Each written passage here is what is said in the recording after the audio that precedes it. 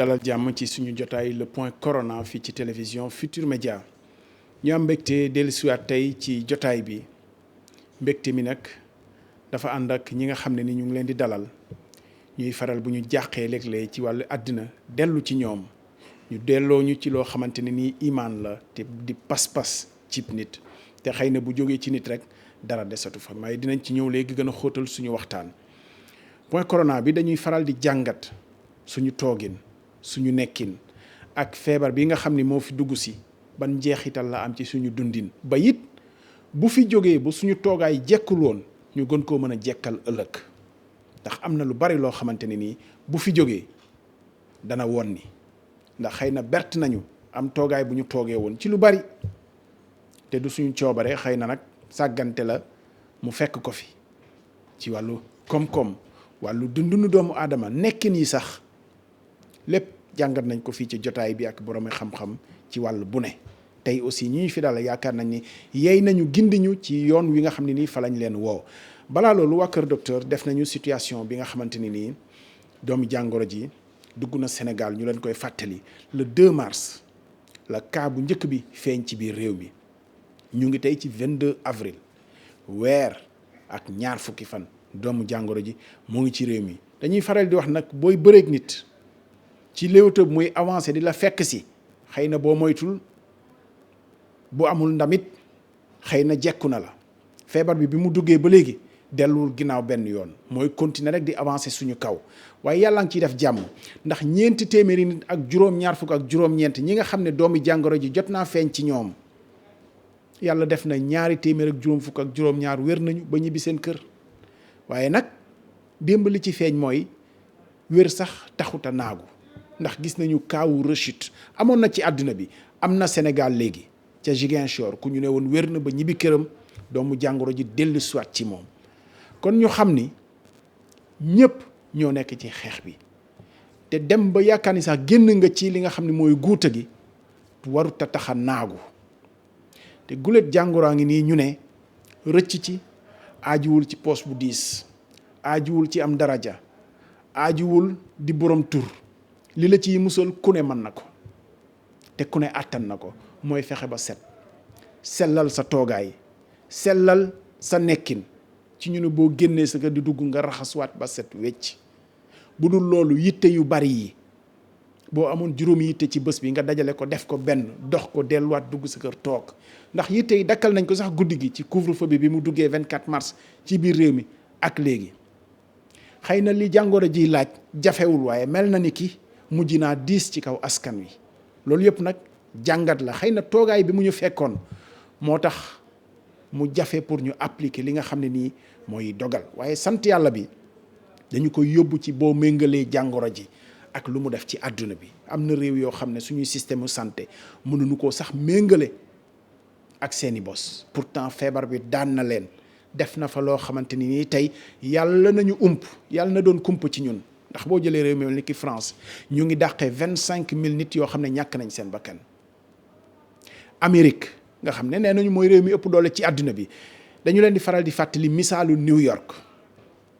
état bu New York doomu jàngoro ji mu ngi fa dugg le 1er mars fii Sénégal doomu jàngoro jàng fi dugg le 2 mars état wu New York rek romb nañu 10,000 morts ñun ñu ngi ci ba léegi bari na sax waaye ci juróom-benn nit yu ñàkk bakkan la ñu yem loolu jar naa sant yàlla te sant yàlla boobu xëy na moo tax ñu woote jotaay bii am mbégte lool di fi dalal ñoo xam ne wax dëgg fi yàlla yeeyoo nañu bokk ci jotaay bi docteur Abdou Aziz Kébé dalal jàmm nga di ma wax ko rek enseignant spécialiste en droit et civilisation islamique xam nañ la ci at yu mujjee yi en tant que délégué général au pèlerinage au lieu saint de l'islam aju màkk gi dalal jàmm docteur Abdou Aziz Kébé. ñu ngi lay ziara bu baax a baax Sëñ Ali di nuyu Ismaïl di nuyu waa Sénégal yëpp di ñaan sunu borom. yàlla na fi yemale li nga xam ne tey moom moo ñu jaaxal ñun ñëpp ñi ci jànkoonteeg feebar bi yàlla na sunu borom fëgg seen yaram moo set wecc ñi mu dalagul yàlla bu mu leen jege ba di leen di dal ñi ci wuy ji seen borom yàlla nañu fekk seen yërmande borom. jërëjëf Cissé. jërëjëf Abdou Aziz Kébé imam Ismaïla Ndiaye membre Ligue des imams et prédicateurs du Sénégal dalal jàmm imam. jërëjëf Abdoulaye ñi ngi tàmbalee ci sant yàlla ki nga tàmbalee ak julli ci yonent bi sallallahu alayhi wa alihi wa sallama di nuyu sama mag sama xarit bi ma bokkal jotaay bi di le professeur Abdou Aziz Kébé délégué général au pèlerinage à la Mecque ci Sénégal di nuyu mboolem ñi nga xam ni ñi ngi teewlu émission bi ci biir réew mi bitim réew di wax amin ci ñaan yim ñaan waaye di dolli nii amin googu lu bari war na ko firndeel wala war na ko sabab ci ñun fan yi weesu rek dañu am jotaay ak ay kilifa ci wàllu kër docteur waaye ñu xamal ñu ni même ñoom évolution Sénégal jaaxal na leen dëgg la am nañ ci taxawaay yu am solo waaye ni mbir mi demee fii yaa ngi tudd léegi misaalu New York ñu tudd misaalu France xam nañ ni daal am na loo xam ni mënuñu ko expliquer scientifiquement loolu nag ñun jullit am nañ explication bi mooy ñaan yàlla ak dellu ci yàlla ak di fexe daal rafetal suñu diggante ak suñu borom dana tax insha allah mbir mi woyof ñaan yàlla mu yem fi nag ba nit ñi mën a dellu seeni soxla ndax jaxase na lu bari ci dund gi kon daal loolu lay tàmbali yow. jërëjëf Imam Ismaïla Ndiaye docteur Abdou Aziz Kébé ñooy suñuy gan ci jotaay bi dafa di jàngoro ji xëy na nit ñi berte bi mooy seen wuñu woon mu duggee fii ni mu fi duggee ndax ñu bëri dañu gis ni dafa mel ni li ñu doon sax finalement la attaqué ndax ñun li ñu doon mooy saafonte nekkante dañuy faral di opposer sax individualisme société occidentale ak ñun fii ni ñuy dundee ba gis nga ko ci seeni misaal baax nañu expliquer ko organisation mondiale de la santé dafay wax ci cas yi nga xam ne ni ñoom ñooy wàllee supercontaminateur ñu natt ko ci supercontaminateur mooy kuy wàll ñaari nit ñun fii ñu am fi misaal mu dugg fi koo xam ne nii wàll nañu ko wala boog ay cas contact ci 26 ba ci cas contact yi dem ba ci 70 mu mel ni ki suñu nekkin suñu dundin ak suñu melo bokkul ak li nga xam ne moom la ñuy nattee docteur Abdou Aziz Kébé feebar bu mel noonu mel ni dafay attaqué ñun li ñu doon yomb naa daan am déet finalement. yaakaar naa ni ca dëgg-dëgg yomb la daan parce que bu yomboon a daan moom defe naa ni kon nañu ko songee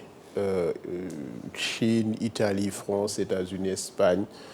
ak ci réewu Afrique yi kon mu daanu kon ñu daan ko yomb la daan li tax yomb la daan mooy xëy na daf ñu bett benn fekk aussi li nga xam ne moom lay attaqué ci doomu aadama réew yi boole wuñu ko woon ci li ñu war a def mu nekk seen maanaam seen yitte bi jiitu mooy lan mooy wàllu wér-gi-yaramu doomu aadama ak li nga xam ne lépp moom la ëmb ci tàggat ay nit yu doy am ay barabu fajukaay yu doy am ay jumtuwaay fajukaay yu doy ba pare yërndu ëllëg ni catastrophe mën na am maanaam jéye mën na am joo xamante ni danañu bëbb daw ci jëm ci barabu fajukaay yi ba boobaa jumtuwaay yu xettali yi li ñuy tuddee les outils d'urgence ndax waajal nañ ci suñu bopp donc yooyu yëpp bu fekkente ni seetlu nañu àdduna bi dafa fekk ni loolu moom moo xawoon a manqué loolu donc du yomb beneen bi moom moo di li nga xam ne noonu la ñuy dundee ci àdduna dañu ko rabbe woon ci xel mu dal maanaam bien-être boo xamante ni daanaka dañu jàppoon ni àdduna bi nekk na ci bien-être bu doy natt googu ñu ko nattoon ci xel mu dal tax na ba dëkkiin yi ci yenn réew yi suñu réew moom dëkkiin yi dafa xaw doy waar tax na ba dëkkiin yi aussi méngoowul ak feebar bi ni muy feeñee ci biir nit ñi suñuy aada nag ñun ak pays africains yi di aada wu jokkoo ak bokkoo googule am na loo xamante ni dafa koy jariñ moom mooy ñuy jàppalante ñi néew doole jàpp ñi néew doole ñi ëpp doole jàppale leen waaye itam bu jëyee ju mel ni amee safaan bi day ñëw mooy nañu daan jàppalante ca lu positif la lu baax la loolu dafay wëlbatiku su safaan amee day wëlbatiku tasaaroo wat na mu daan tasaaroowee donc loolu yëpp dafa nekk ay gàllankoor yoo xam ne dafa tax ba jàngoro ji neexu la song waaye nag am na ay saafara waaye boog am na ay matuwaay yoo xam ne nit ki mën na ko jël ngir fekk boppam fekk ñi nga xamante ni ñoom ñoo ko wër pour jàngoro bi bañ leen a songandoo loolu mooy mesure barrière yi ñu wax nga xam ne ay ñag la pour dimbali nit ñi ñu bañ a jël jàngoro bi yooyu bu ñu amee yar bi mu laaj am dégg gi mu laaj am teey gi mu laaj am muñ gi mu laaj mën na am dinañu mucc ci feebar bi àdduna bi danañu ko mujj gañe. mais mel na ni kii mesure barrière yooyu comme ni ma ko waxee sànq dafa di loo xam ne aajul ci dara ji aajul ci poos bu diis xam nga feebar daan na fi dugg ñu ne wala feebar dugg nit ñu yaakaare ko poosam rek pour sauver ko léeg-léeg sax dañ ko fi daan jagat-jagat yóbbu ko fa nga xam ne nii tey fa la feebar bi nekk ëpp leen loxo waaye feebar bi aajuwul ci loolu yëpp mais mel na ni que ba léegi diis nañu ñun pour mesure barrière yu yomb yooyu tey moo nekk fitna ci biir réew mi pour ñu doxalee ko nit ñi dañoo yaroo seen sago wala lan la. yaroo suñu sago mi ngi ci moom ñun Sénégalais yi dañu yaroo suñu sago benn ñaareel bi it ñu baal ma suma mbokk yi may waxal xëy na waruma wax loolu mu jëm ci ñoom mais dama seetlu ni ñun Sénégal dañoo am ak njàmbaar goo xamante ni dafa mel ni ci suñu deret la nekk dañ ko bëgg di wane toujours njàmbaar gi moom mooy bañ a nangu kilifteef lu kilifa yi dogal rek dañuy wane ni ñun jàmbaar lañu jàmbaar gi mooy bu ñu def li kilifa yi dogal bu ñu nangu li kilifa yi dogal donc loolu yaroo suñu sago googule ak it mën naa ko tudd esprit de défiance boo xamante ni à l'autorité waaw à l'autorité yooyu bokk na ci tax tey ñu mën a bañ a nangu li nga xamante ni moom mooy mesure barrière yi waaw xëy na aussi bokk na ci suñu dundin suñuy man-man parce que am na si tamit loo xamante ni il faut ñu nangul ko doomu aadama yi lu la bett mën la wolof di wax te mbir mi bett nañu betteel goo xam ne nit ñi waajaluñu woon seen bopp pour mën a fàggandiku luy tax ñu toog ci biir kër yi nit ñi mën a fàggandiku luy tax du ñu dem du ñu dikk loole yi tamit mën na am mu nekk luy mën a firi li tax ba léegi nit ñi mënuñu toog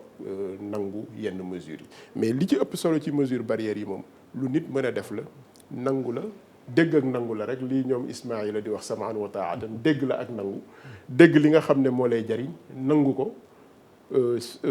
noppal sa bopp noppal ñi nga xam ne ñoom ngay dundal loolu nag ñun ñëpp war nañ ci taxaw pour nit ñi dégg ko. foofu dinañ ci dellusiwaat léegi ndax ci Sénégal xëy na moo di rare pays bu desee ay kilifa yoo xam ne bu ñu nee def leen ñu def bu ñu nee bàyyi leen ñu bàyyi waaye nag fii xëy na soxla nañ leen fi dinañ ci ñëw léegi ci point boobu. Imam Ismaïla Ndiaye est-ce que yëf yi am na loo xam ne kumpa la ci téere yi ni ñu ko bindee dañuy faral di dégg ni amul dara lu làqu ci téere bi ci alxuraan est-ce que lii sax dañ koo jeexagul ba xam lu mu doon wala boog kumpa la ba ci yéen ñi nga xam ne yéenay gëstukat yi xam téere yi xam li ci làqu ci lu ñu wonewul ci penc mi. waaw Abdoulaye ni nga ko laajee noonu dafa xaw a ésotérique tuuti su ma ko ba dee jëfandikoo baat boobu mooy da ngay laajum biir parce que texte yi it mën nañ ko liir ci kaw xam li muy firi waaye dana am léeg-léeg firi mu nëbbatu moo xam ni dañ koy gëstuwaat bu baax ngir mën a yegg ci biiram mbir mi xew nit ñu bari am nañ ci ay gisin am nañu jàpp ni nattu la nattu mooy lu yàlla toog ba mu soob ko mu dogal ko ci ay jaamam ngir nattu leen xool seen ngëm fu mu toll am nañu jàpp ni mbugal la mooy nit ñi dañuy yeggoon ci ay extrémité yoo xam ne il faut que yàlla wanaat leen dooleem wan leen ni mbir mi rek maa ko yor bu leen jàpp ni am ngeen ay révolution ci fànn yëpp am ngeen ay découvertes scientifiques yoo xam ne may na leen ngeen dem ci weer wi may leen ngeen maîtriser biologie ba sax di manipuler cellule doomu aadama wala li yàlla sama borom bindoon ngeen di ko soppar ñi dem ngeen ba jàpp ni jekku ngeen am paj ba lu ñëw am ngeen ci pexe ñu ni ci la yàlla ñëw wane ni doomu aadama ba léegi am na lu ko të ci digganteem ak boromam am na ñu jàpp ni sax extrême bi ñu yegg du rek ci wàllu évolution technologique ak scientifique yu aju waaye ci wàllu jikko yu yàqu nga xam dem nañ ci àdduna bi ba lépp lu ngor bañ diine bañ ko am ay groupe yu taxaw wax ni lii dañ koy def yamuñu rek ci di ko def waaye dañ koy defal promotion yamuñu rek ci defal ko promotion waaye dañuy sanctionner képp ku bañ fekk si dañ ci seen dundin boobu nga xam ni nag bu mbir mi yeggee foofu mel ni adduna bi kenn amatul sañ-sañ ci nekkin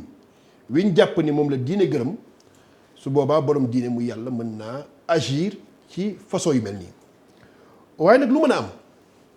mbir la moo xam ni feeñal na ay réalité professeur tudd na ci lenn léegi man dama koy aborder ci beneen angle ci li mu wax ni ñàkk a préparation yu suñu réew yi ñàkk a waajal xëy na jumtuwaay yi tax ñu mën a xeex feebar bi waaye man dama koy xool ci beneen bët mooy ñàkkal solo gi ñàkkal solo yi am solo ci xam-xam ak métier ki taxawaay doomu aadama bu ngeen xoolee feebar bi ñett ñoo ci gën a am taxawaay ci suñu réew yi ñi ci njëkk ñooy waa kër docteur di médecin yi di borom xam-xam yi ci wàllu virus virologue yi di biologiste yi ñoom lañ def ci kanam ñuy wax ñu ñuy déglu est-ce que situation boobu moo doon réalité balaa feebar bi am dafa mel ni borom xam-xam yi ci wàllu docteur ak paj ak ni mu amee solo ci réew ak seeni jumtuwaay ni mu amee solo ci dundu askan wi dafa mel ni kenn joxu leen woon cër wi ñu waroon am ci askan wi loolu benn remarque la ci xëy na suñu askan yi lay gën a wax ñaareel bi wax naa ko ci biir mooy borom xam-xam yi gëstukat yi jàngkat yi jàngalekat yi dafa mel ni suñu système yi il faut que crise am pour ñu xam ni soxla nañu avis jàngkat kon réew mi waroon naa gën a investir ci recherche tey laboratoire adduna yu mag yi ñi ngi njëkkante kan mooy njëkk a génne garab gi saafara corona léeg-léeg di nga tële dégg ci laboratoire pays africain dëgg la ñu ngi avancé nag ay traitement waaye ban pesanteur scientifique la garab yooyu am des nañu mën koo firndeel ndax toppatoowuñu seen wàllu xam-xam ci wàllu yooyu ba tey mu am rang mondial ba bu ñu waxee mën a am doole comme ni laboratoire yu mag yi ci àdduna bi waxee kon loolu beneen aspect la ci ñetteel bi gis nañ ni sécuritaires yi te ñu jar a jaajëfal lañu léeg-léeg ñu jaajëfal bu baax médecins yi ndax seen taxawaay am na solo jaajëfal bu baax sax ñi jiite ndax seen taxawaay am na solo orientation politique yi waaye sécuritaires yi seen taxawaay am na ci solo ndax am na mesure yoo xam ne bu ñu ko jëlee ci réew mi te ñoom taxawuñu def seen liggéey na mu ware mesure yooya mën naa bañ a am efficacité kon ñii tey crise bi feeñal na ni ci ji ëpp solo ci réew mi ñu war ko yittewoo te bu crise bi jeexee war nañoo xoolaat suñu politique état ci wàllu faju ak ñiy faj ci wàllu xam-xam ak ñi koy jàngale ak ci wàllu ñi sàmm sécurité nit ñi ak seen jàmm ñu xool ban statut bu bees lañ leen di jox ndax bu crise amee ñoom ñooy taxaw ci kanam ñun population yi ñu xaw a nekk ci ginnaaw tuuti. Imaam xam naa chercheur bi moo tontu sama laaj damay faral di tooñ sama benn xaritu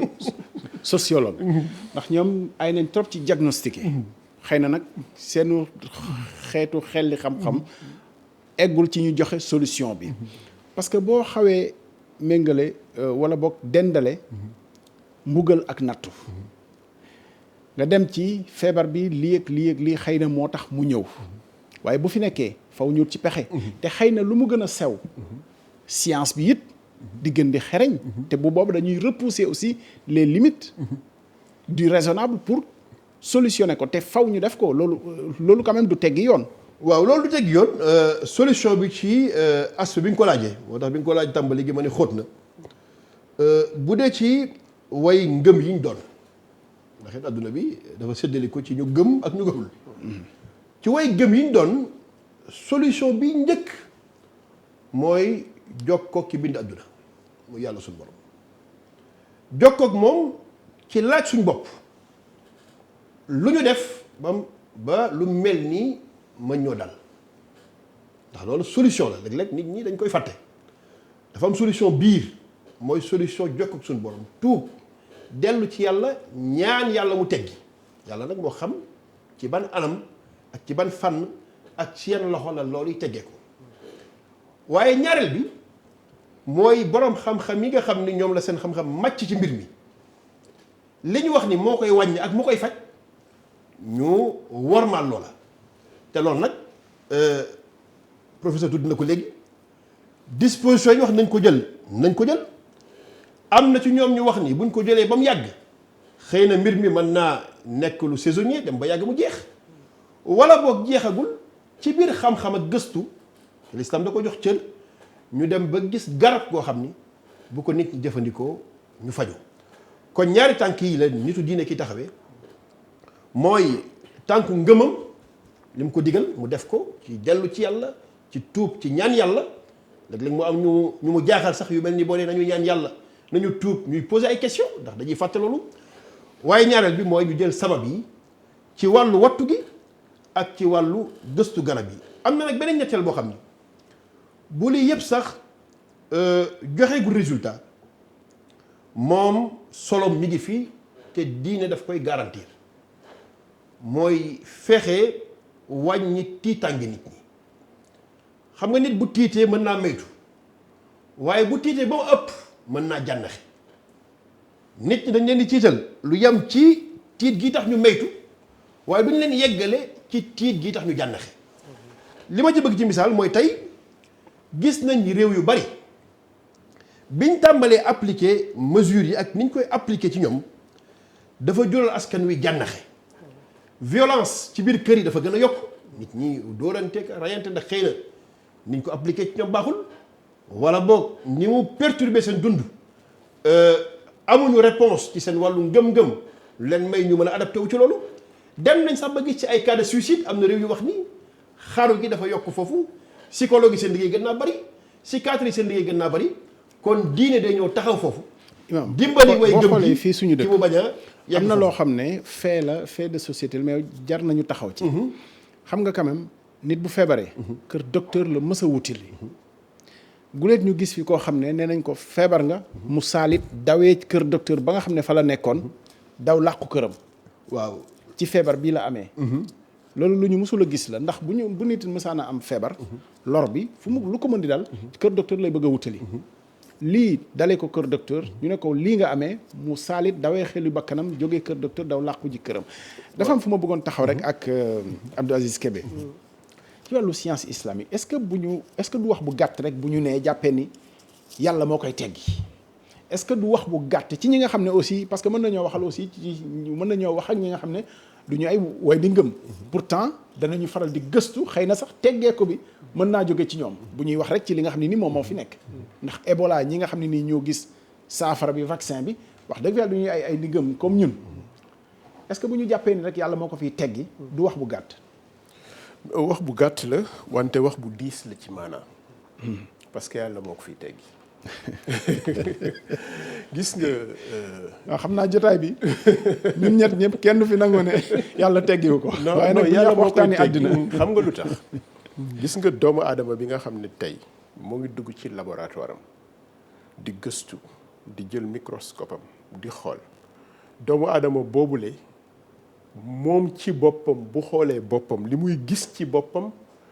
matul fukkeelu li mu doon moom parce que li ëpp ci moom mi ngi ci biiram te li nekk ci biiram amul dara loo xam ne moom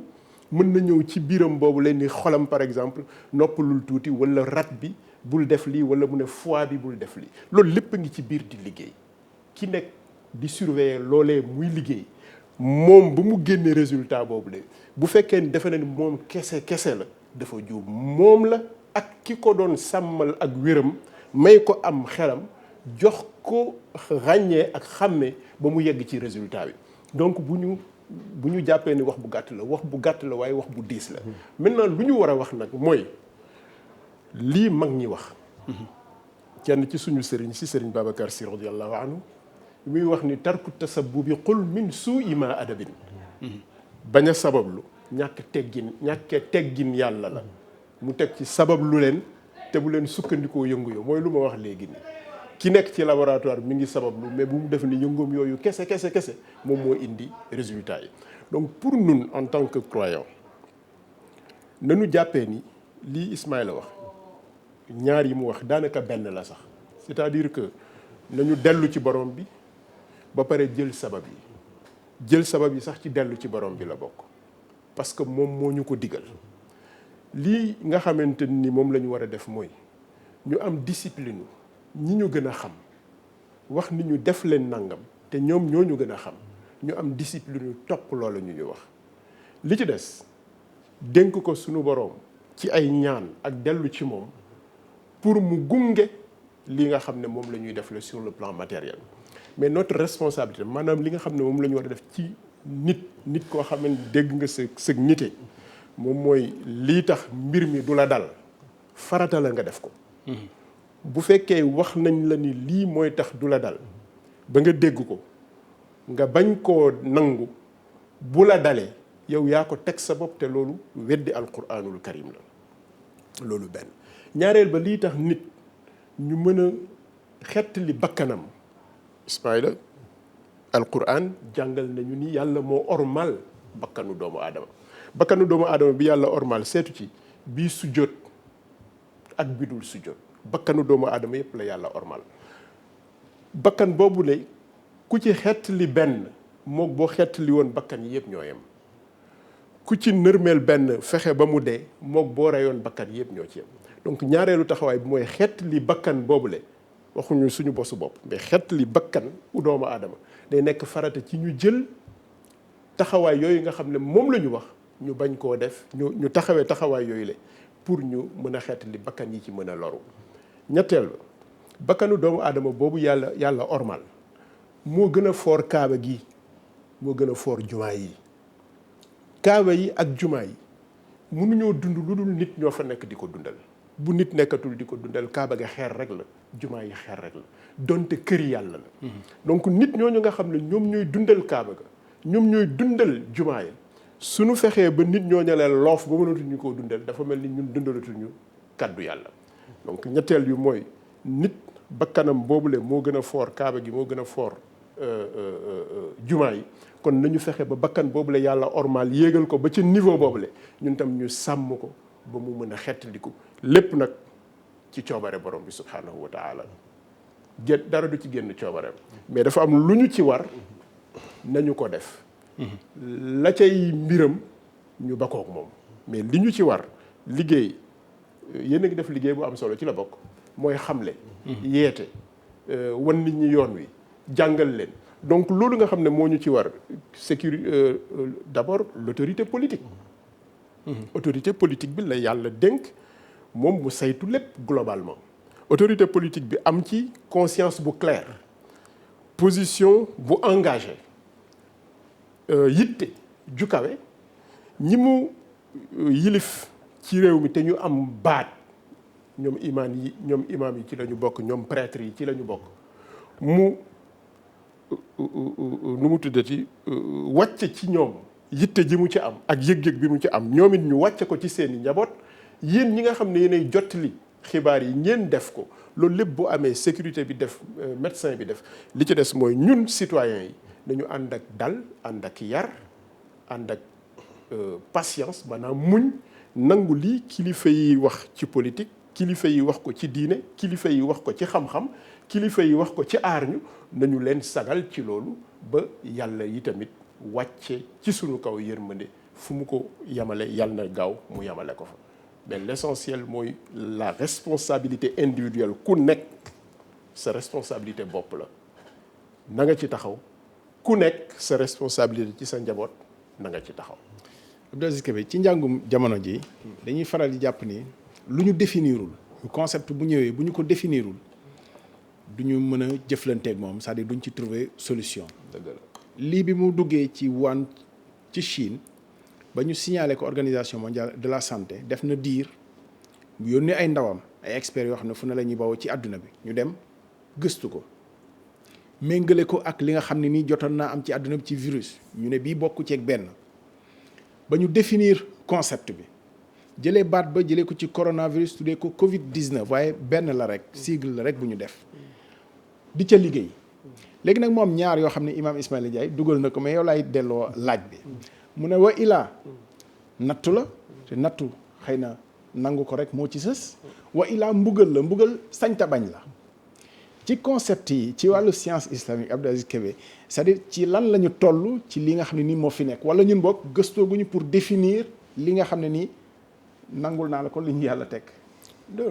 xam nga waxin la li ñu yàlla teg wala li ñu teg suñu bopp. mais est-ce que définir nañ ko xam ndax nattu la ñu yemale ko ci nattu wala ñu ne mbugal la parce que xam nga am na leneen lu nekk ci ginnaaw. gis nga mbugal moom yàlla pare na ci ñun ba ëllëg mu seet ña mu soob mu mbugal leen. yonent bu tedd bi sallallahu alayhi wa sallam bi mu dikkee la yàlla teg mbugal bi mu dëddoo laata muy dëddu it sunu boroom yëgal na ko ni feek ñi ngiy def di wax astaghfirullah mbugal dootul ñëwati duma leen mbugal donc gëmuma benn yoon ni mbugalu borom bi subhanahu wa taala la li ma gëm nag mooy nattu mais nattu nag il ne faut pas ñu jaawale ñaar nattu boo xamante ni ñun ñoo ko sabab ak nattu boo xam ne yàlla moo ko wàcce nii rek nattu bu ñuy sabab mooy lan xam nga yàlla wax na ci alquran mu ne yàlla du soppi xéewal goo xam ne wàcce woon na ko ci aw doomu aadama lu dul nit ñooñee ñoom ñoo soppi lañ daan def loolu boo ko xoolee daanaka loi physique la bi ñuy jàng école am na benn loi bu ñu daan wax dans les mêmes conditions de température et de pression H2O égale 18 donc soo bëggee ci même condition yooyu la nga jël hydrogène boole ko ak oxygène ba pare nga ni doo am ndox rek ngay am mais boo jëlee hydrogène nga boole ko ak leneen ni ndox ngay am doo am ndox donc soo amul ndox nga am par exemple loo xamante ni dafay lakke mu lakk la bul ne nattu yàlla la yow yaa fekk aaya boo xam ne yaa fekk règle boo xamante c'est une règle divine mais physique la nga transgressé ko boo déréglé maanaam boo violé règle mu indi dérèglement bu dérèglement amee bul ni nattu yàlla la yow yaa indi lu déréglé li nga nekkoon sa liggéeyu bopp la alxuraan wax na ko ni yàlla wax na ni nit ñi ñoom ñooy sabab li nga xamante ni moom moo leen di gaañ nit du génn ci nattu depuis ñu sàkk ko ba keroog muy wuy ji boromam ci nattu lay dëkk mais nattu bi du da ngay toog muñ ko déedéet justement nattu bi pour nga jóge ci état bi nga nekk la dem ci état bu ko gën loolu nattu boo gis rek moment de crise la moment de crise boo gis rek pour jàngat nga jóge ci état bi nga nekk jëm ci état bu ko gën la par conséquent affaire u virus yi Covid bu 19 bi ñuy wax effectivement nattu la ci humanité bi xoolal lim ñu nattal nañu ne ndekete ñun bàyyiwuñoon xel nit ci li ci essentiel li Ismaïla doon wax nattul nañu ni ndekete ñun dañu yaakaaroon ni ñàkk xaalis ñàkk alal ñàkk doole moom mooy sababu nga am njàqare ndekete njàqare ñëpp c'est démocratique devant tout le monde wan nañu ni ndekete ñun yar bi ñu waroon a am pour organiser ko suñuy société ndekete dañ ko fi bawoon tey du ñu ngi nii di tëj marché yi ñëpp génn ci marché bi à 16h ñu bale ko raxas ko désinfecté ko nattal nañu ni ndekete ñun règle d'hygiène bu ndaw boobu lay rek ak règle d'organisation sociale bu ndaw boobu lay nekkuñ ci woon tey jii ñu ngi ciy def nattal nañu ni ndekete ñun dañ daan baare yoon yi nit ñi war a liggéey duñu liggéey ndax suñu ngénte tey kenn baarewul benn yoon nit ñaa ngi dem di ñëw nattaloon nañu ndekete ñun guddi àjjuma yi ak guddi altine yi am nañu dëkkandoo yoo xam ne daan nañ xat ñi bëggoon nañu liggéey bëccëg bi la ñu liggéey guddi gi la ñuy nelaw mais ñun ci suñuy guddi àjjuma ñu ngi leen di teree nelaw loolu du nattal nañu ko yooyu yëpp loolooy nattu mesurer naka la mbir yi doon marché te suñu insouciance taxoon ba seetluwuñu ko benn crise ñëw conscience yi ubbeeku ci nous étions insouciants maanaam dañu ñàkkoon paal ci niñ daan dunde ñu tàmbaliwaat di dajalewaat di xoolaat di defaraat loolu moo di nattu donc du benn châtiment boo xamante ni pour mbugal ñu la du benn nattu boo xamante ni aussi pour ñu résigner wu la mais pour ñu élever wu la ci ni ma ko déggee. ak xëy na ñun ñëpp ñu yaakaar ni ñu mujjee nangoo gëm ni ñoo bokk bato bi ñu nekk. muy ki nekk Amérique ndax defe naa ne Amérique sax gëmuñu ni. feebar bi dana jeex ci ñoom. bu jeexul ci Guinée gi nekk ci suñu wet. ndax xëy na dañuy ragal mu dugg siwaat fa te tey lii wane na ni xëy na ñëpp a bokk ci gaal gi nga xam ni moom la ñu nekk. Abdou Aziz ma boole laaj bi ak imam Ismaïla nga tontu d'abord dafa di lu bari ci suñu aada ñun bu mbir jógee ñu tënku ci ñaan xëy na nag ñu bari jaxate yooyu ñoom dañuy yaakaar ni ñaanu automatique la maanaam bu maamu Abdou Aziz ne lii dey ci laa tënku bu ngeen ko defee yàlla saafara ko ban dégg-dégg lañ war a am ci ñaan ngoo xam ne ni ñu ngi koy joxe. parce que li fi jaar xam nga léegi ak réseau yu bees yi WhatsApp yi yooyu def naa façon bu ne jaar na fi ñu tudd ci maamu ku ne maamu diw lii la doon ñaan ne bu lii amoon lii moo koy fànq ba léegi nag mu ngi fi ñaar moo ci am yaakaar ni c'est automatique ñu def ko pour mu jóge fi wala ñu def ko jógewu fi xëy na mu indi sax saalit ci xelu nit ñi luñ ciy déggee ci ñaan yooyu la. ñaan moom mooy ngannaayu doomu aadama bi gëm yàlla. nangul yonent bu tedd bi sallallahu alayhi wa sallam ñaan mooy sunu ngànnaay te yàlla day nangu ñaan mais ñaan yi yàlla di nangu xëy na li may waaj a wax njuumte la mais ni ma déggee rek laay waxee. yàlla dafa def ay conditions pour pour que sunuy kaddu am longueur d'onde bu yegg ba ci moom. ku tedd ki sallallahu alayhi wa sallam la wax ni ko yow Muhammad sallallahu alayhi wa sallam waxal gaañi ni leen man de maa ngi nii ku jege la ku ma woo damay wuyu ki ma woo saa yu ma woowee ma dégg ci benn boroom xam-xam mu tekkee ko nii ujibu daawata daa'i damay wuyu woote walla ñaanu ki nga xam ne ñaan na ma isa daani mais na fekk man la woo su fekkee dañu wax yaa allahu suñu xol ak suñu xel ak suñu jëm nekk benn ni rat jëm ci borom bi suñu kaddu dana mën a teq dem ba si borom bi mais bu ñu nee yaa muhammad sallallahu alayhi wa ala alihi wa ashaabihi woowatuñu yàlla donc ñaan la ñu am mais ku ñuy waxal bu ñuy ñaan loolu c'est important li ñu koy ni ñuy waxeek moom nu ñuy waxeek moom c'est important yan kàddu la ñuy waxee ak moom c'est important donc mag ñi nga xam ne ñoo joxe ñaan yooyu la ñoom dañ daan wax directement ak borom bi subhanahu wa taala maanaam yàlla la ñuy woo woowuñu keneen ñun nag bu fekkee woowuñu yàlla keneen la ñuy woo parce que tey jii bu ma la tiimoon nan la Moussa doo ma wuyu donc ñaan lu am la lu dëggu la te loolu la ñu gëm mais si condition yi nga xam ne noonu lañ ko tëral jullit nag su mbir amee ñaan gi muy ñaan dafa am ñaari anam yàlla sunu boroom ñaan naa la nga defalal ma nangam ak nangam ak nangam bés bu ko jullit waxee lu mu tekki mooy la nga xam ne mënuma ci xamuma ci amuma ci pexe mooy xawla ak quwwa yàlla moo ko am kooku maa ngi koy ñëw wékk ci borom bi subhanahu wa taala mais la nga xam ne moo ci sama warugar man daal di naan ni fojjet taxaw daal di waaxu jëm ci lii tax loola nekk mais bu fekkee da ngay ñaan rek tëdd ñaan gi du dara ñaan c'est un engagement la boo xam ne da nga koy jël pour lala war nga def ko la ca des nga bàyyi ko borom bi subhanahu wa taala noonu la ñu déggee ñaan ci ni ko mag ñi daan defee ak nit ñu ko bàyyee xee imam waaw Abdou Aziz vraiment dafa indi ay dimension yu xóot ci ñaari wàlli laaj bi yëpp bu njëkk bi ci wàllu mbugal mi jàkkaarloo ak nattu bi vraiment indi na ci jàngat boo xam ni daf ma indi la beneen troisième dimension ci ni alxuraan di waxee ci yu mel ni bu xewee alxuraan dina tudd adab alxuraan dina tudd balaa alxuraan dina tudd musiba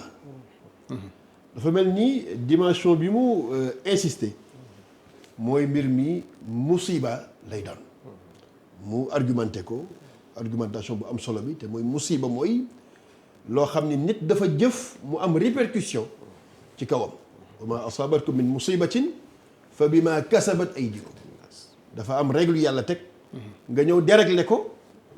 nattu bi jugee ci dérèglement boobu tàbbi ci sa kaw moo tax partie bu am solo la ni mu ko analyser noonu dëgg la it nag gannaaw bi alxuraan waxee ni yàlla du ñu mbugal te fekk yonent bi ngi fi du ñu mbugal te ñi ngi jéggalu yonent bi waxaat na feneen ne nangam buñ ko defee yàlla wàcce ci ñoom feebar yoo xam ni seeni maam xamuñu ko te loola bokk na ci tasaaroo ak mbon buñ demee ba yi yàlla bañoon nga xam ne tey xel nanguwu ko nit seexlu woon na ko ñu dem ba bëgg koo defaat règle de conduite ku ci tënkuwul sax ñu war laa teg coono su boobaa nag bokk na ci li yonent bi waxoon ni nit ñi duñu indi mbon goo xam ni seeni maam xamuñu ko woon lu dul yàlla wàcc ci ñoom feebar yoo xam ni ñooñu xamuñu ko woon donc loolu xëy na beneen angle la boo xam ni en tant que way gëm mën nañ ko analyser question boobu alors li nga wax nag ci wàllu ñaan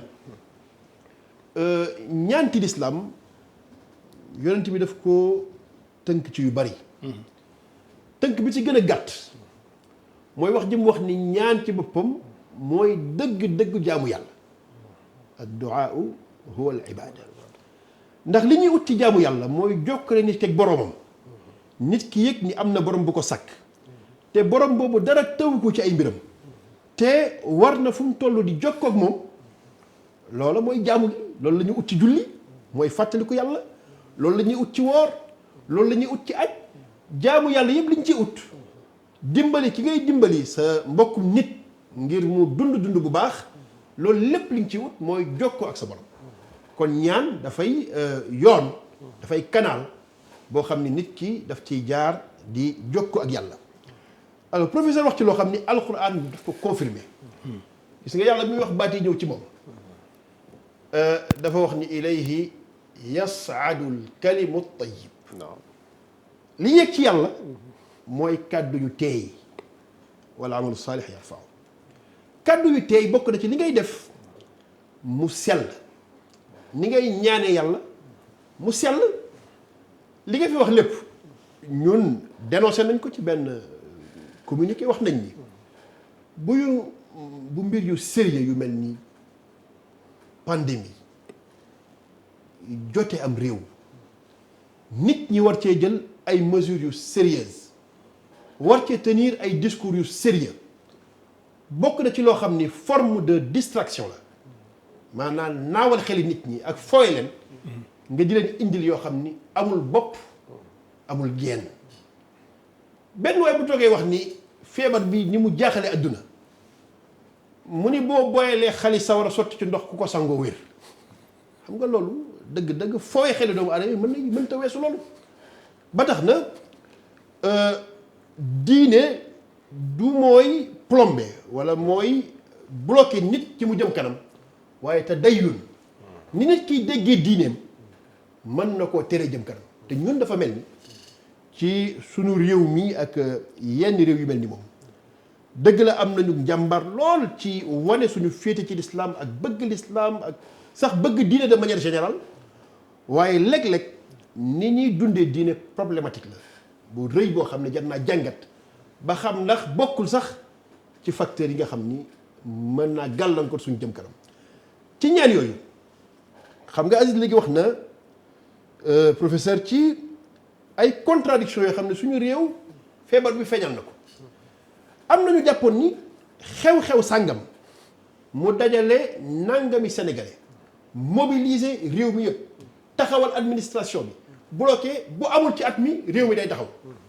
pourtant feebar bi war nañu ni mën naa ñàkk am te nit ñi dund fexe jëm kanam alors il faut kon buñ ci génnee ci leçon yu mag yi ñu ci war a tirer te du remettre en cause dara ci suñu ngëm yàlla suñu jaamu yàlla mooy dëgg la yàlla mooy suñu borom ñaan lu baax la jaamu yàlla lu baax la waaye nag loola dafa am forme boo xam ni buñ ko ni defee ci la ñu amal njëriñ buñ ko ni deful danañ dem ba yàgg ñu indi doute ci bopp ñenn ñi ne ndax diine sax du facteur de sous-développement facteur de recul fekk du loolu nuñ koy dundee ñun moo ñu indil jafe-jafe jooju kon jàngat bu xóot la mbir mi laaj jokk ak suñu borom gëm yàlla di ko ñaan waaye boole ko sabab yi nga xam ne mooy sabab yi jaar ci yoon adduna bi yépp di ko doxee te mooy lii tax seen xam-xam di jëm kanam lii tax seen économie di jëm kanam lii tax seen dund di gën a jag ñu fexe loolu ñu bàyyi ko xel te xam ni ci boole ñaar yooyu ci la ñuy amee dund gu tey ci adduna am dund gi ñu yaakaar ci àllaaxira buñ ko deful nag li ñuy dal mooy jàpp ne ay jullit lañu te dem ba yàgg ñu ne est-ce que ñun du suñu diine moo ñu tardeel fekk diine ji tardeel. Imam Ismaïla Ndiaye docteur Abdou Aziz Kébé dafa di Sénégal day comme à l'instar de la communauté musulmane mondiale dëgmal weeru koor bi nga xam ne bokk na ci quand même li nga xam ne sénégalais yi namm nañu ko ci dajaloo bi ci naafila vraiment bokk na ci loo xam ne nii fee la ci weeru koor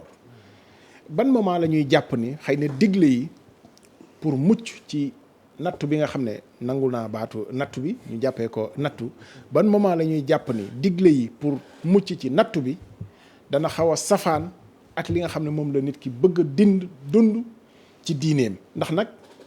tëj jàkka yi xëy na yombul ci ñenn ñi rawatina buy perdurer ci ban moment la ñuy jàpp ni waay finalement daal dund sama diine lu ma ci fekk muy noonu moo gën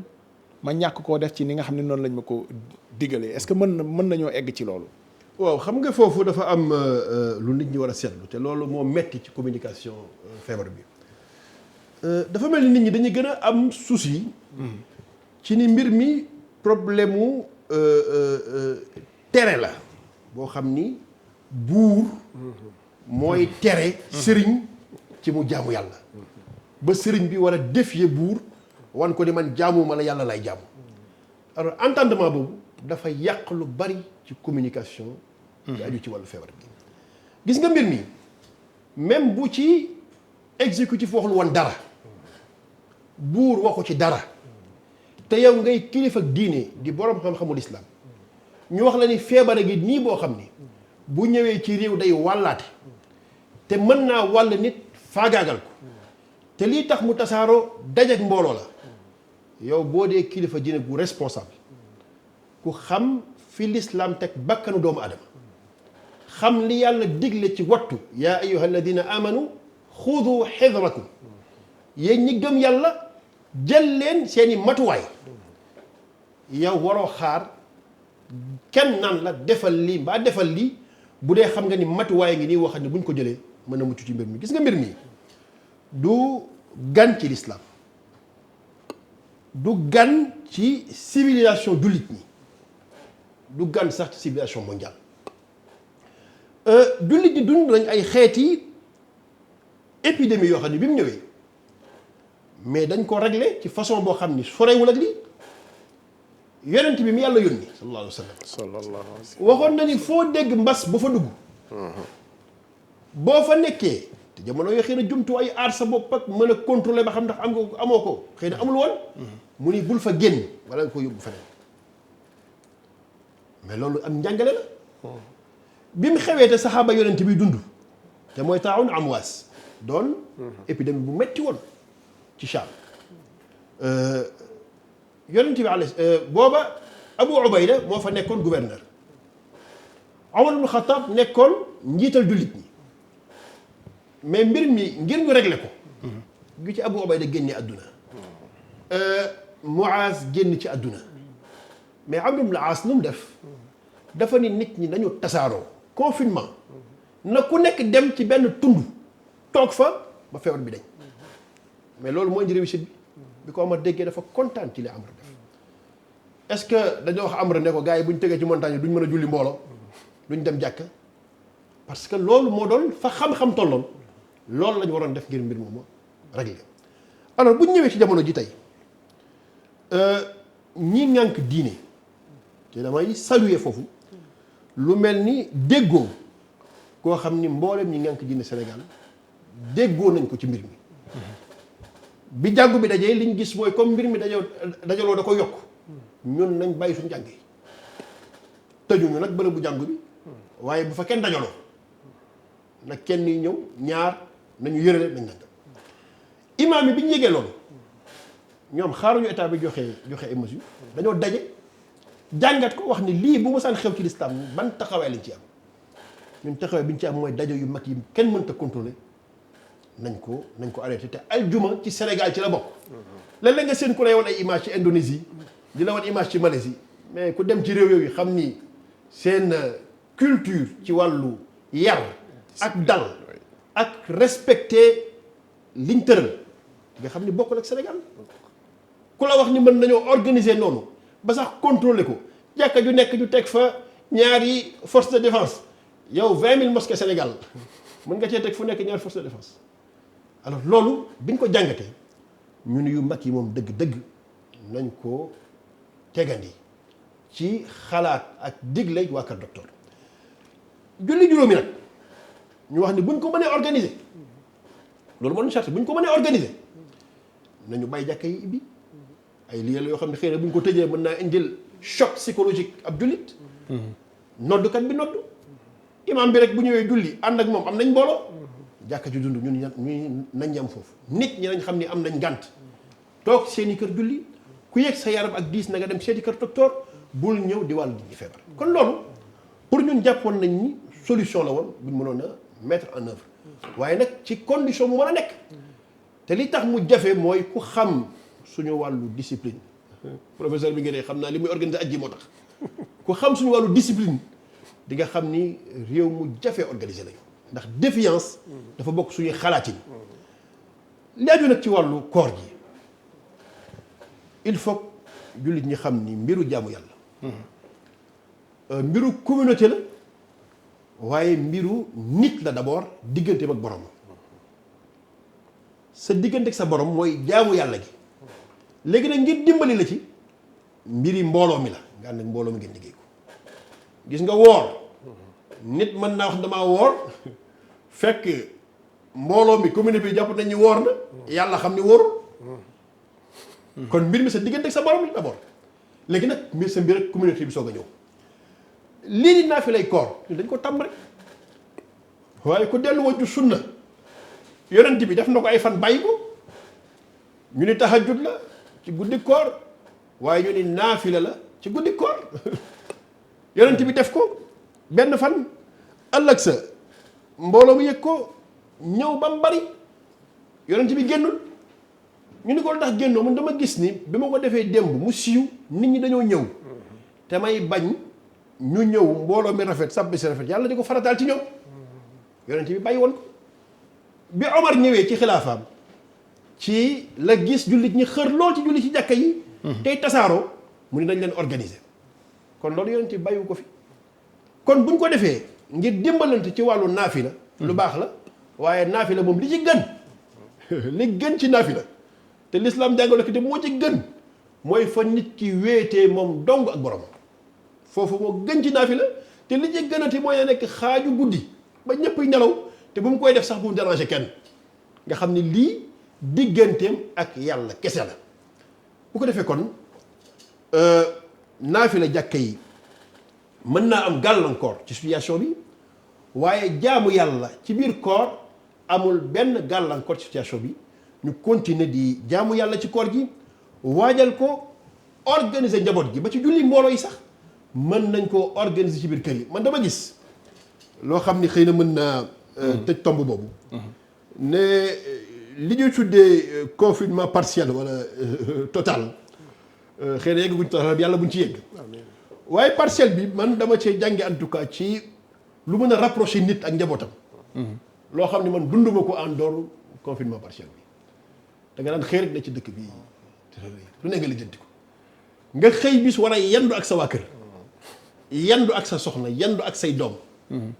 li nga xam ci diine que ñëw nga jàngal leen ko ngeen échanger julli jot nga taxaw ci kanam mbooloo mi taxaw ci ngeen julli mais dafa am benn sentiment dafa am loo ci yëg loo xam ni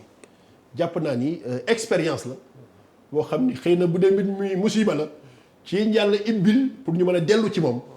ci loolu la bokk kon daal bu julli ñu am benn pression ci mel ni bu ñu naafilawul wooruñu naafila gi ak koor gi jote wuñ dara ku naafila baax na waaye ku naafilawul du yàqul sa koor na nga woor sa woor sellal ci jaamu yàlla te ñu remplacer ko nag ñu remplacer ko ci lay jaane naafila bu gën a foor julli ay rakka ñu dañ koy fàtte yonent bi dañ koo laaj ban jaamu yàlla moo gën gannaaw farata yi lam njëkk a tudd moom yonent bi mooy it'aamu taam jox nit mu lekk ñun ñi ngi ci période naafila boobu ñëpp xam nañ ni situation bi li mu indi am na sénégalais yoo xam tey amatuñ lu ñu mën a lekk ba suur kon ñi daan xër ci naafila di ci sonn nañu fexe naafila googu ñu gën ko jëmale kanam balaa muy wax tasaare jàmm ak julli guddi lim njëkk a wax mooy joxe ñam kon nañu fexe situation bu ñëw rek ñu xool ban jaamu yàlla lañ ci yàlla ibbil ñu def jaamu yàlla googu bu ko defee bu mbir mi jeexee ñu delluwaat suñ sago te incha allah lépp doon aw yiw ci ñun. Abdou Aziz xam naa imam dina ma baal ndax bu ma doon utiliser expression jamono ji dama naan yomb na trop parce que li mu wax yëpp xëy na bu ñu ko delloo ci dëkku Seydi El Hadji Malick dëkku maam Borom Touba maam ni maam laay ak ñi fi nekk ñëpp ci nit ñu baax ak li ñu fi mool bàyyi fii digle yi mujj jafe mujj diis nit ñi waxuma ci kilifa yi mais nit ñi ci seen bopp mel ni sax finalement nit ñi ñooy jox mel ni ndigal gi dafay jóge finalement ci taalibe yi dem ci kilifa yi est-ce que loolu quand même si suñu société war nañ ko jàngat parce que dañu daan xaar kaddu gi jóge ci kilifa yi dem ci taalibe yi waaye daf mel ni taalibe yi finalement ñooy jiitu sax kaddu kilifa yi war a wax loolu lu ñu ci war a jàngat suñu société. bon maa ngi gërëm bu baax Ismaïla très sérieusement ci li nga xam ne noonu la leeralee li nga xam ne mooy le rituel ak li nga xam ne moom mooy le spirituel. te jaxase gi mën a indi effectivement jeexi jaaxa nu mu ko leeralee tabaarakallah macha allah vraiment maa ngi ko siy gërëm bu baax parce que man mii jariñu naa ci xam naa ni samay morom jariñu nañ ci. maintenant suñu réew dafa am benn situation bu fi nekk mooy li ñuy tuddee caaxu jokkaloo yi les réseaux sociaux dafa jur lu tax tey xalaati doomu aadama yi di ràbbaloo di tasaaroo balaa xalaatu kilifa gi di wàcc pour leeral seen bos te li nga xam ne moom la ñu miinan li Serigne Cheikh radiallahu anhu di wax ni boroom kilifa du gàggantikoo ci mbedd aujourd'hui réseaux sociaux yi mën naa wax ni daanaka mbedd la parce que espace public bi la grand place léegi nag ki nga xam ne am na kilifa dégloowul kàddu kilifa mais mi ngi déglu li réseaux sociaux yi di wax su ko defee bu réseaux sociaux yi rabbee ba mu mujj niroog loo xamante ni nii am na doole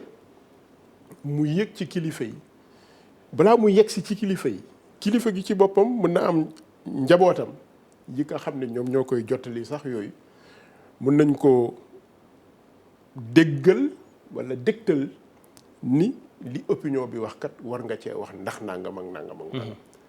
su ko defee nag dana jur yenn saa yi jafe-jafe ci kilifa yi seen kaddu wàcc woroo ak li nga xam ne moom la opinion bi wax maanaam li nga xam ne moom moo tasaaroo ci penc bi te kilifa gi nag li nga xam ne moom la ñu ko miine woon kilifa yi li ñu leen miine woon moom mooy ñooy éclairer opinion bi et non pas l'inverse maanaam du opinion bi ñoom ñooy éclairer kii bi kilifa gi li tax alquran wax wa shawirhum fil amr ba pare mujjee fa iza azamta fa tawakkal ala allah bu doon rek li ngay jëlee ci nit ñi doy na wa shawirhum fil amr après da ngay daal di exécuter déedéet prends du recul jël booleeg yow li nga xam li ma la xamal ak li nga xam nga jël cette décision donc loolu situation bu compliquée la aujourd'hui bari na ci ay penc mi loo xamante ni fireeku na dérégulé na parce que opinion publique bi dafa jël place bu rëy ci échanger joxalante ay xalaat boole kook nag bu xawee tasaaroo ba bari rek ñu jàppee ni comme bari na kon dëgg la su ko defee ñu daal di jéem a taxawal loolu mais li nga xam ne moom mooy li am mooy comme boroom kilifa du gàggantikoo ci mbedd sunu kilifa yi li ñu wax ñun mënuñ leen a gën a bëgg yàlla munuñ leen a gën a ragal yàlla, munuñ leen a gën a xam yàlla, parce que li ñu ci forakas néew ñooñu ko jàngal, li ñu ci tàqamtikook néew ñoom ñooñu ko nàmpal. ñoom ñi nga xam ne nag xam nañu jàng nañu yàlla def leen kilifa ci sunu kanam te nag gisaguñ leen ci lu xeebu, bu ñu jëlee décision boo xamante ni comme li Ismaïla wax la,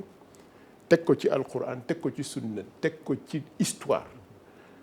teg ko aussi ci lu jamono. Ismaïla bokk na ci li nga xam ne ñoom ñooy cëslaa yi àtte ci diine,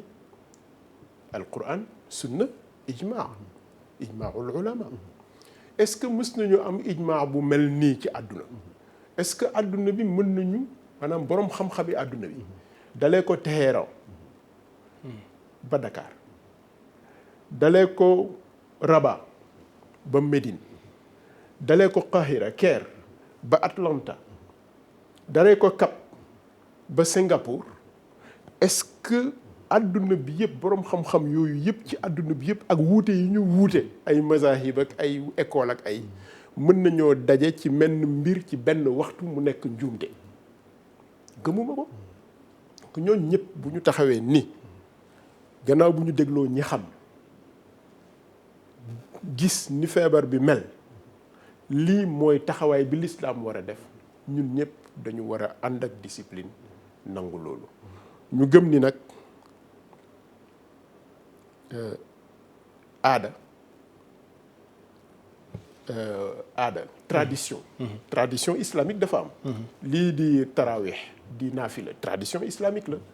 mais nekkul farata, nekkul sunna, c'est une tradition islamique. donc aada mënula jël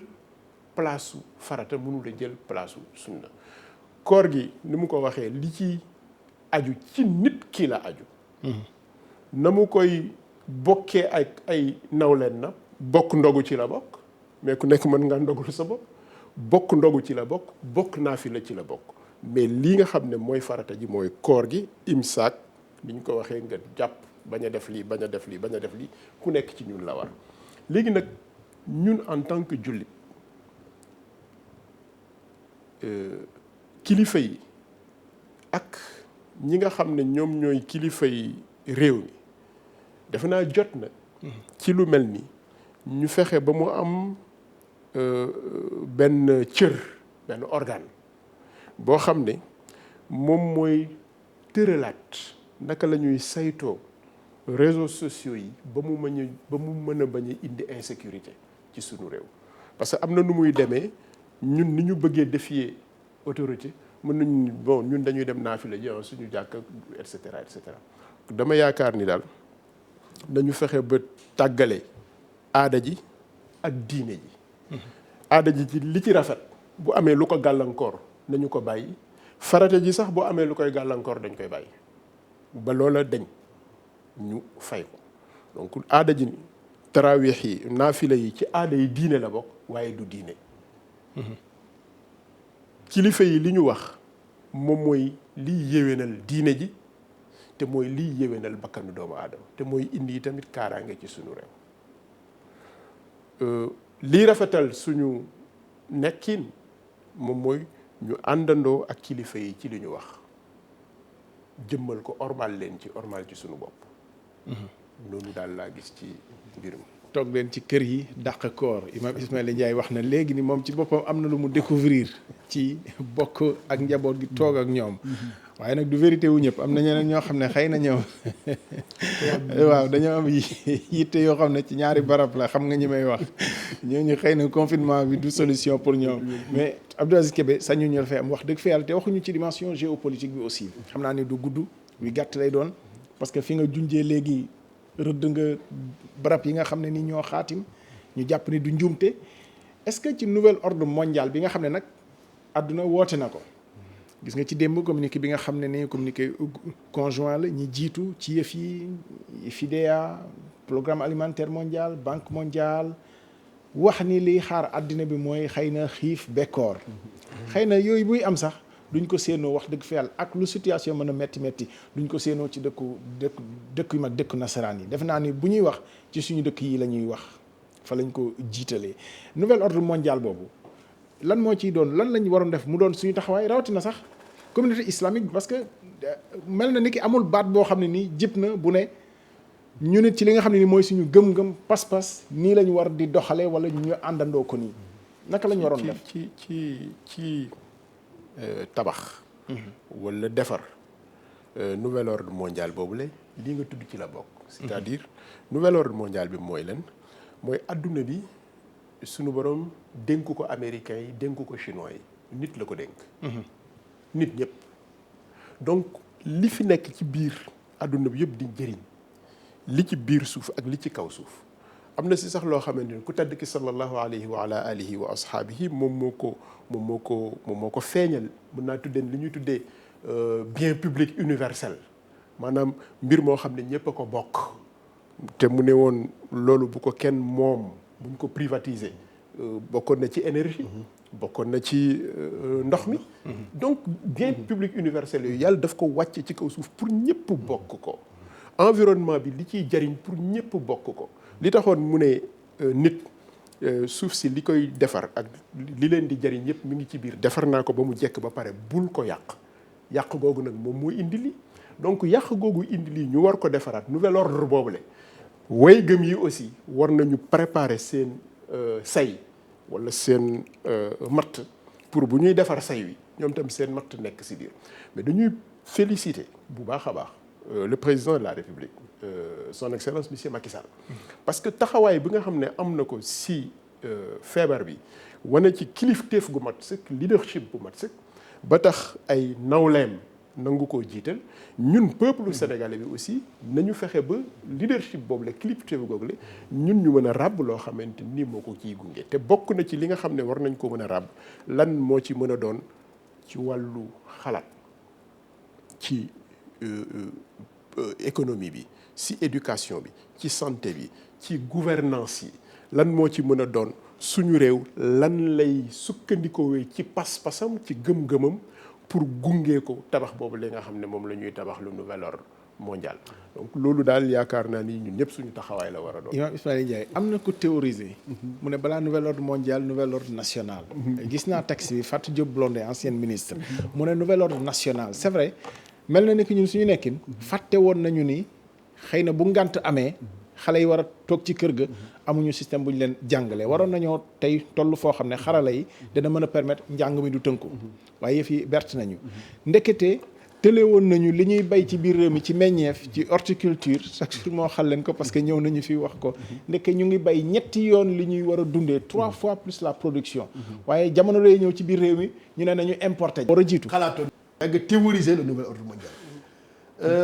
mais sama xel toujours dafay dem ci li yonent bi wax nii inna allaha sa yuayidu hada diin bi rajulin fajir nag le kaccoor mën na xalaat dara jàpp ni ci lay fagagale diine wala ci la koy lore fekk bu loolu ñëwee nekk njëriñu diine c'est-à-dire dafa am dimension yoo xam ni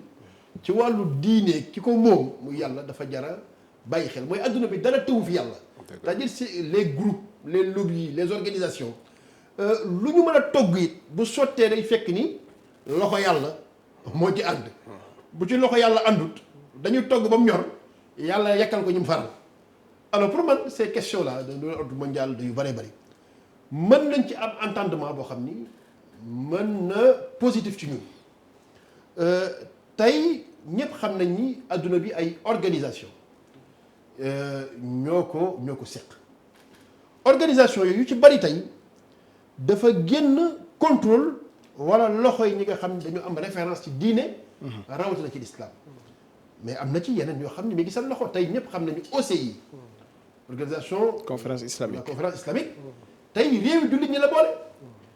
OCI boobu tey ci tëggin wu bees ci adduna bi ni muy doxee nii war nañu ni am na ay gàllankoor tey war nañ koo redynamiser waat li ñuy wax ci commerce mondial jëflante ci wàllu am na ci cadre boo xam dañ ñu woon dañoo fexe réewi jullit ñi seen jëflante ci wàllu commerce ak économie ak nangam yegg fi yeggu fa tey gis nañu bi mbir mi xewee contradiction yi ñu wan ci sunu dundin kon war nañu mën a xalaat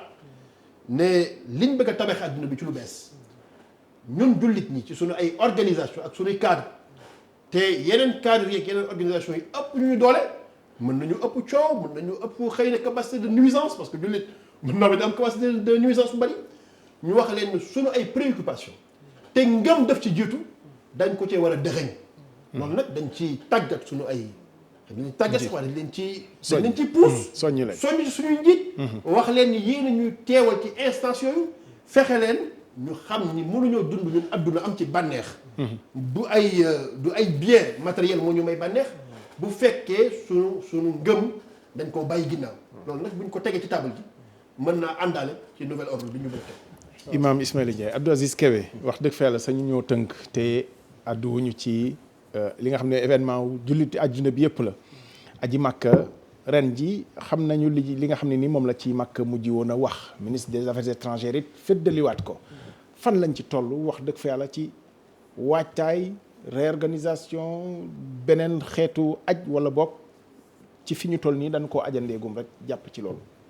bon xam nga aj gi moom ñaari anam la li aju ci Saoudia moo ci li ci ëpp solo. te ñoom fi mu nekk nii dañu jël ay mesures yoo xam ne dañu wax nañu ajani lépp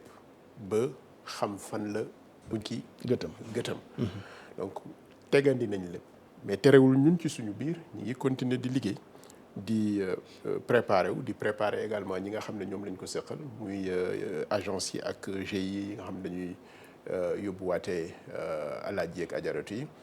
taxawal na benn kuréel boo xam ne kuréel la buy xalaat ñi ngi ñuy indil seeni xalaat ay privé ñoom ñoo ci nekk voyage privé yi luy jëm ci wàllu lan mooy naka lañ war a toogee période bi si suba maa ngi préparé loo xam maa ngi ko jëmale si kilifa yi pour privé yi nga xam ne ñëw bokk ci aj gi aussi su fekkee aj amul naka lañ leen mun a jàppale ci li président taxawal muy force Covid bi pour ñoom tamit ñi ci waroon na loru seen loru wàññeeku ñi ngi waajal aussi pour su fekkente ni nee nañu bëreet rek dem jot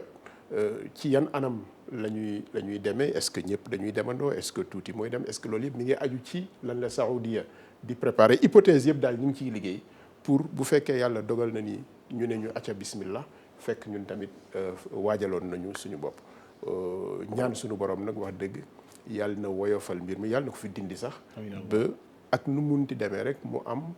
même bu dee symboliquement sax mu am ay jullit yu mën a dem mottali ji farata boobule ngir jëmmalee ko aussi pas-pasu yeneen jullit yëpp yi nga xamante ni gàllankooru nañu. docteur Abdou Aziz Kébé amoon nañu mbégte lool dalal la ci jotaay bi ci li ñu doon bëgg a leerlu imam Ismaïla Ndiaye membre Ligue des imams et prédicateurs du Sénégal yooyu amoon nañu mbégte la am na loo xam ne nag duñ ko xëccoo ci plateau bi man boog du ma bokk ci xëccoo bi dogg mujj gi ku koy joxe xanaa ma bàyyi leen ko rek. imam dañu samp iliman ngir di roy ci moom imam na gàtt rek parce que gars yi nee nañu ñu ànd ak ñëpp waa Sénégal ok teewlu suñu diggante ak suñu borom koor gaa ngi dëgmal ñu ñaan yàlla teggi mbas mi ci adduna amiin ndax ñu ko waxee li fekk mi ngi des fenn dafa mel ni fépp la nekk yàlla def suñu réew muy réewu jàmm ndax jàmm lañ xam yàlla def ñu muy réewu naataange yàlla dooleel ñi jiite réew mi ci wàllu diine jiite ko ci wàllu adduna ndax seen kàttan ci la askan wi amee kàttan ñaan yàlla sama borom defal ñu tawfiq allahumma rabbana atina fi dunya hasana wa fi al-akhirati hasana wa qina adhab an-nar wa salli allahumma wa sallim wa barik ala khayri khalqika nabiyyina muhammadin wa ala alihi wa sahbihi ajma'in subhana rabbika rabbil izzati amma yasifun wa salamun ala al-mursalin walhamdulillahi rabbil alamin jërëjëf ñuy bañ a def loxo yi ci kanam gi nag waaw ba raxasu ba set door a def loxo yi ci kanam Abdou Aziz imam Ismaïla Ndiaye jërëjëf ëllëg incha allah beneen jotaay point corona ci kanam programme télévision Futur Média info et puis les éditions d'information jërëjëf